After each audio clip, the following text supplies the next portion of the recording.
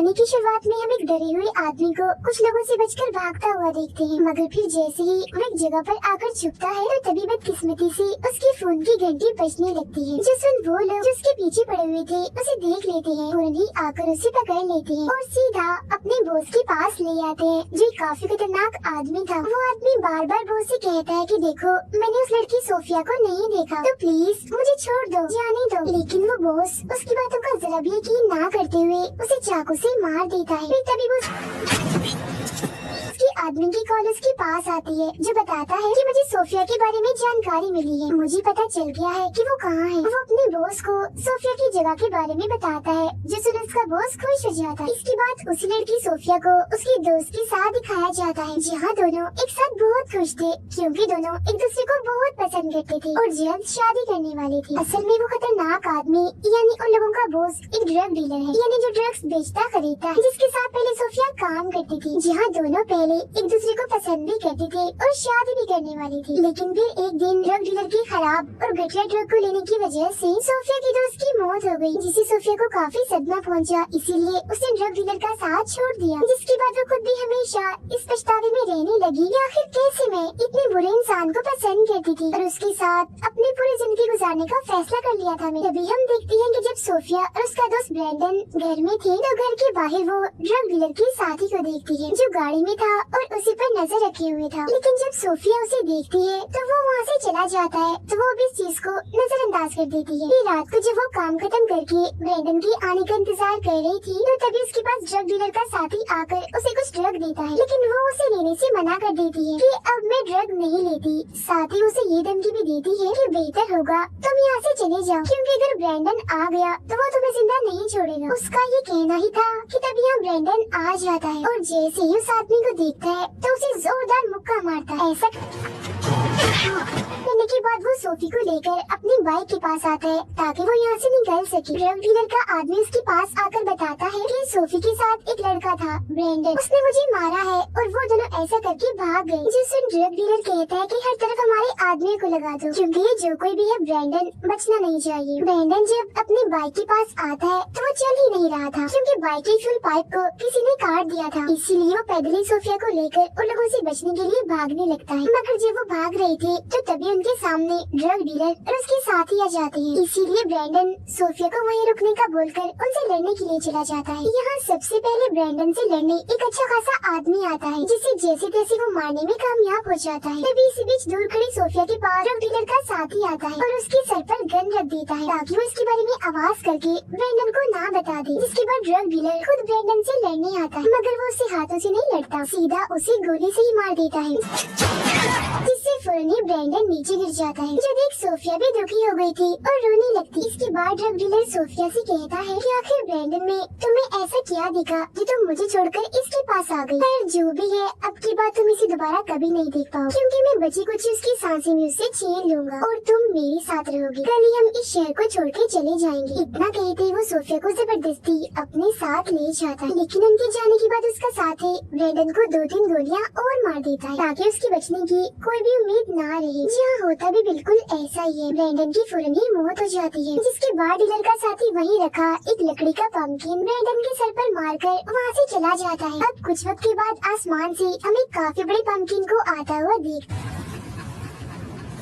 पुरानी बात है, यानी जहन्नुम से शैतान भी उसकी लाश के पास आता है और ब्रैंडन की आत्मा से कहता है कि मैं जानता हूँ तुम्हारी आत्मा को शांति नहीं मिल रही, तुम ड्रग डीलर से बदला लेकर सोफिया को बचाना चाहते हो, है ना? और मुझे भी ऐसी आत्माएं बहुत पसंद है जो बदला लेती हैं, चुपचाप नहीं बैठती। इसलिए ऐसा करने में मैं तुम्हारी मदद करना चाहता हूँ, जिसके लिए तुम और मैं एक डील, एक सौदा करेंगे। मैं तुम्हें इतनी ताकत दूंगा कि ड्रग डीलर से तुम अपना बदला भी लोगे और सोफिया की जान भी बचा लो, जिसके बदले में तुम्हें मुझे अपनी आत्मा देनी हो, जिसे मैं जन्नत से निकालकर हेल इन्हें जहन्नुम में ले जाऊंगा, क्योंकि यही मेरा काम है, आत्माओं को हेल में ले जाना। मगर अपना बदला लेने के लिए तुम्हारे पास सिर्फ 24 घंटों का टाइम होगा। अगर इन 24 घंटों में तुमने अपना बदला ले लिया तो ठीक है, अगर नहीं लिया तो तुम्हारी आत्मा खुद ब खुद गायब होकर हेल में चली जाए। तो फैसला अब तुम्हारे हाथ में है, क्या तुम्हें सौदा मंजूर है? इस पर ब्रैंडन कहता है कि हाँ, सोफिया को बचाने के लिए और अपना बदला लेने के लिए मैं कुछ भी कर सकता हूँ, मुझे ये सौदा मंजूर। अब उसकी हाँ बोलते ही ही शैतान उसे ताकतवर बनाने लगता है, जिसके लिए सबसे पहले वो ब्रेंडन को एक खतरनाक हाथ का कवर देता है जो बिल्कुल किसी ग्लव जैसा था, लेकिन वो किसी हथियार जैसा था, लोहे का था और नोकदार भी था। और जिस पंपकिन से ड्रग डीलर के आदमी ने ब्रेंडन को मारा था, वो उसके बीच की मदद से उसके लिए पंपकिन का एक काफी बड़ा हेलमेट बना देता है, जिसे जैसे ही शैतान हाथ लगाता है तो उसमें आग जल जाती है। फिर ब्रेंडन से वो कहता है कि जब भी तुम्हें गुस्सा आएगा तो फौरन ही तुम्हारे सर पर ऐसे ही जलता हुआ पंपकिन आ जाएगा, जिससे तुम्हारी ताकतें और भी बढ़ जाएंगी। अब दोनों हथियार मिलने के बाद वो उन्हें चलाने की कोशिश करने लगता है, लेकिन ब्रेंडन को हाथ पर लगा हुआ हथियार वाला कवर चलाने ही नहीं आ रहा। तब उसे सिखाने के लिए शैतान उस आदमी को जिसे ब्रेंडन ने मारा था उसे जिंदा कर देता, ताकि ब्रेंडन बार बार उसे मारकर अपनी प्रैक्टिस कर सके और सीख सके कि कैसे इस हथियार को चलाना। अब ये सारी चीजें छुपकर ड्रग डीलर का साथी भी देख लेता है, जो अपना मोबाइल यहाँ पर भूल गया था और अब लेने आया था। वो ये सारा नजारा देखकर काफी हैरान रह जाता है। अब ब्रेंडन बार बार प्रैक्टिस कर रहा था, जिसे गुस्सा करके पंपकिन जला रहा था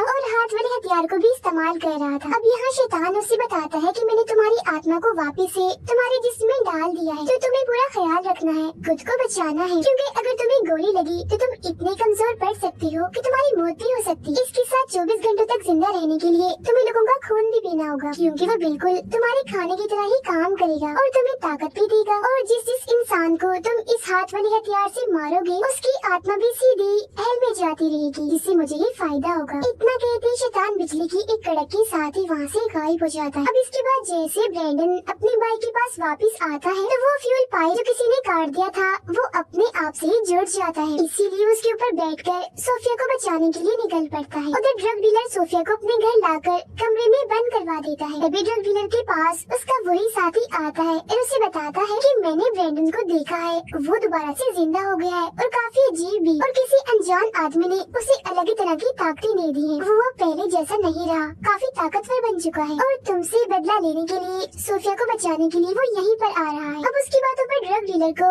जरा भी यकीन नहीं होता। उसे ये लगता है कि ड्रग के नशे में ये ऐसे कुछ भी उल्टा सीधा बोलते जा रहा है, इसीलिए वो उसे अनसुना करके अपने काम इन्हें ड्रग की फैक्ट्री को देखने के लिए चला जाता है। उधर ब्रेंडन कुछ बुरे लोगों के पास आकर ड्रग डीलर का पता पूछता है, जिस पर एक आदमी जवाब देता है कि हाँ वैसे तो वो डीलर हमारा दोस्त है, लेकिन हम तुम्हें उसका पता नहीं बताएंगे। इतना कहते वो उस पर हंसता भी है और लड़ने के लिए अपने गन भी निकाल लेता। अब ये देखकर ब्रेंडन को गुस्सा आ जाता है, इसीलिए फौरन ही उसके सर पर जलता हुआ पंपकिन आ जाता है, जिससे जाहिर है उसे बहुत सारी ताकत भी मिलती है, जिनका इस्तेमाल करके वो अपने हाथ वाले हथियार से उस आदमी को बिजली झटके देकर मार देता है। मरते ही वो आदमी राख बनकर उठ जाता है। इसके बाद ब्रेंडन दूसरे लड़के को पकड़ लेता है। वो तो पहले ही ये देखकर काफी डरा हुआ था कि ब्रेंडन ने उसके साथी के साथ क्या किया, तो अपनी जान बचाने के लिए वो उसे बता ही देता है कि अक्सर वो डीलर अपनी फैक्ट्री में रहता है, अभी भी वो तुम्हें वहीं मिल सकता है। लेकिन अब जैसे ब्रेंडन यहाँ से जाने लगता है तो वो आदमी चाकू निकाल कर उसे मारने की कोशिश करता है, जो देखते ही ब्रेंडन उसे पकड़ लेता है और उसके गले पर काट कर उसका सारा खून पी जाता है, और ऐसा करने से उसकी ताकतें और बढ़ जाती है। उधर फैक्ट्री में ड्रग डीलर एक फीमेल ऑफिसर से मिलता है, जिसे वो अपने और सोफिया के लिए नकली आईडी और पासपोर्ट बनाने का कहता है, ताकि वो यहाँ से भाग जाए, जिसके लिए वो ऑफिसर मान भी जाती है। इसी बीच ब्रेंडन भी यहाँ आ जाता है, जिसे देखते ही यहाँ काम करने वाले लोग उसे लड़ने लगते हैं। एक वर्कर आकर उसे मारने लगता है, जो देख उसे गुस्सा आ जाता है, जिससे उसके सर पर जलता हुआ पंपकिन एक बार फिर आ जाता है। साथ ही वो अपने हाथ वाले हथियार से बिजली भी निकाल रहा था। ये देख उस वर्कर की हालत खराब हो जाती है और वो बचकर भाग जाता है। इसके बाद ब्रेंडन सीधा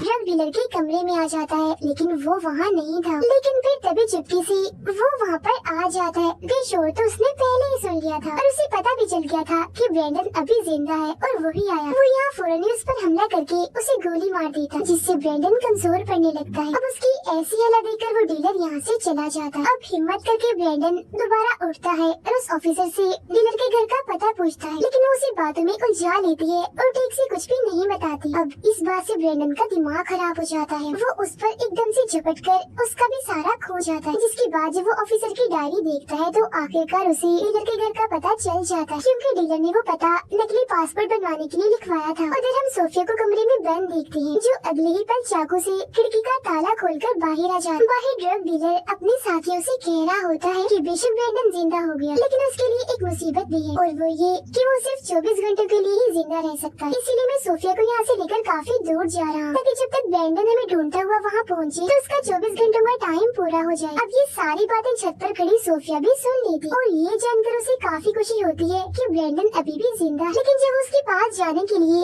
घर से भाग रही थी तो तभी डीलर का साथी उसे देख लेता है। वो बाकियों को आवाज लगाकर वहाँ बुला लेता है और सोफिया को पकड़वा देता है। उसके बाद ब्रेंडन भी डीलर के घर पहुँच जाता है, लेकिन वहाँ उसे डीलर का सिर्फ एक नोट मिलता है, इसके अलावा और कुछ भी नहीं। उस पर लिखा हुआ था कि सोफिया तुम्हें बहुत याद करती है और अगर तुम उसे दोबारा पाना चाहते हो तो दिए हुए इस पते पर पहुँच जाओ। ये देख वो फौरन उस जगह पर जाने के लिए निकल जाता है, लेकिन वहाँ पहुँचते ही शैतान उसके पास आता है और कहता है कि मैं यहाँ तुम्हें ये याद दिलवाने आया हूँ कि अब तुम्हारे पास बस कुछ ही वक्त का टाइम बचा, जिसके बाद तुम्हारी आत्मा हेल में चली जाएगी, इसीलिए तुम्हें जल्दी अपना काम करना होगा, मतलब डीलर से बदला लेकर सोफिया को बचाना होगा। ये सुनकर फौरन ब्रेंडन डीलर के पास आ जाता है, जो जगह दरअसल एक चर्च का गेट थी, जहाँ पर डीलर ने सोफिया को भी बंदूक की नोक पर रखा हुआ था बंदी बनाकर। डीलर यहाँ ब्रेंडन से कहता है कि शाबाश, तुम बिल्कुल ठीक वक्त पर आई हो, क्योंकि सोफिया को एक बार फिर ये मौका मिल रहा है कि वो तुम्हें अपनी आंखों से मरता हुआ देखेगी। ये सुनकर ब्रेंडन को काफी गुस्सा आ जाता है, मगर फिर वो जैसे उसे मारने के लिए आगे बढ़ता है तो उसके पैर जलने लगते हैं, क्योंकि जमीन पर होली वाटर गिरा हुआ था। और जैसा कि हमें पता है कि डील के मुताबिक ब्रेंडन की आत्मा हेल में जाएगी,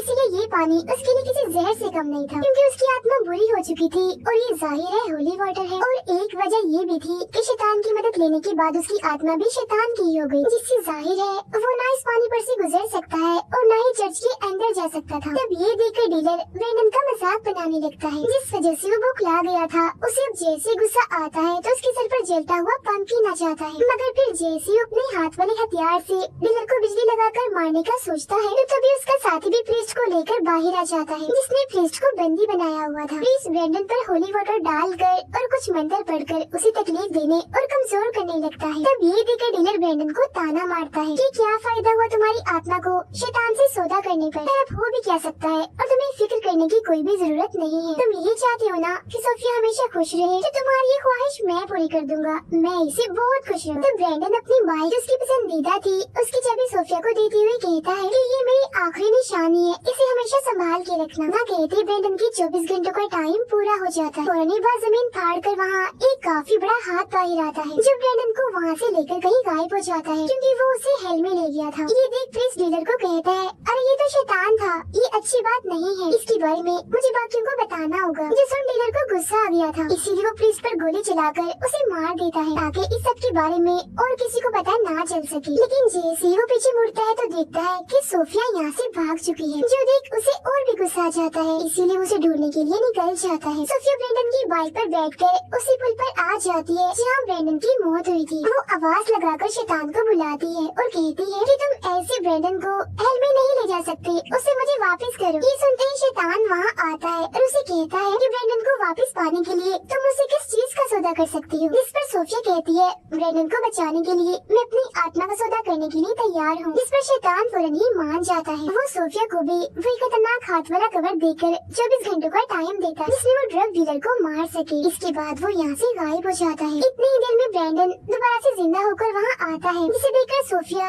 एकदम खुश हो जाती है। तब इतनी ही देर में डीलर के साथी भी यहाँ पर आ जाते हैं, जिन्हें देखकर सोफिया ब्रेंडन को एक जगह पर छुपने का कहकर उनसे लड़ने चाहती है, क्योंकि अब उसके पास कोई ताकत नहीं है। वो पहले की तरह ही एक सादा सा आम इंसान बन गया था। सोफिया अपने हाथ की मदद से बिजली के झटके लगाकर डीलर के दोनों साथियों को ही मार देती है, जिसके बाद उसे लड़ने डीलर का वही साथी आता है जिसकी बहुत करीबी था, मगर सोफिया उसे भी सिर्फ अपने हाथ से ही मार देती है।